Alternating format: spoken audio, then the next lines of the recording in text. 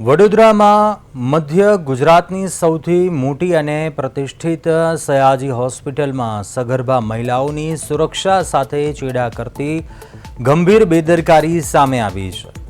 હોસ્પિટલના સોનોગ્રાફી વિભાગમાં પહોંચવા માટે સગર્ભા મહિલાઓને વરસાદી પાણીથી ભરાયેલા માર્ગ પર ઈંટો અને પથ્થરો મૂકીને તેમાંથી પસાર થવું પડે છે। સામાન્ય વરસાદમાં પણ આ વિસ્તારમાં પાણી ભરાઈ જાય છે કારણ કે આ રસ્તાનું લેવલ અત્યંત નીચું છે। આવી લપસણી જગ્યાઓ ઉપર ઈંટો અને પથ્થરો પરથી ચાલતી વખતે જો કોઈ ગર્ભવતી મહિલા લપસી પડે તો ગર્ભમાં રહેલા બાળકને ગંભીર ઈજા થવાનું પણ જોખમ છે।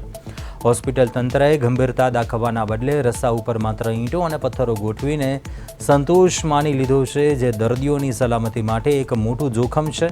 આ સમગ્ર મામલે હોસ્પિટલના આરએમઓ દ્વારા પ્રતિક્રિયા આપવામાં આવી કે તેમણે પીઆઈયુ વિભાગને રસ્તાનું લેવલિંગ કરવા માટે તાકીદે આદેશ આપ્યો છે, પરંતુ સવાલ એ છે કે દર્દીઓના જીવ જોખમમાં મુકાયા ત્યાં સુધી તંત્ર કેમ નિંદ્રાધીન હતું।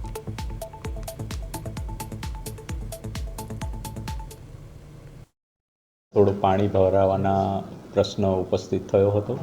આના લીધે અવરજવરમાં થોડી તકલીફ પડતી હતી, તો અમારા તરફથી હોસ્પિટલ તંત્ર તરફથી તરત પીઆઈયુ વિભાગને જાણ કરી દેવામાં આવી હતી અને પીઆઈયુ વિભાગ દ્વારા પણ આનું તરત નિરાકરણ લાવી ત્યાં આગળ પેવર બ્લોક અને બીજો જે બી સામાન પાથરી અને વ્યવસ્થિત રસ્તો બનાવડાવી તાત્કાલિક ઊભો કરી દેવામાં આવ્યો છે, જેથી સગર્ભા મહિલાઓને તકલીફ ન પડે।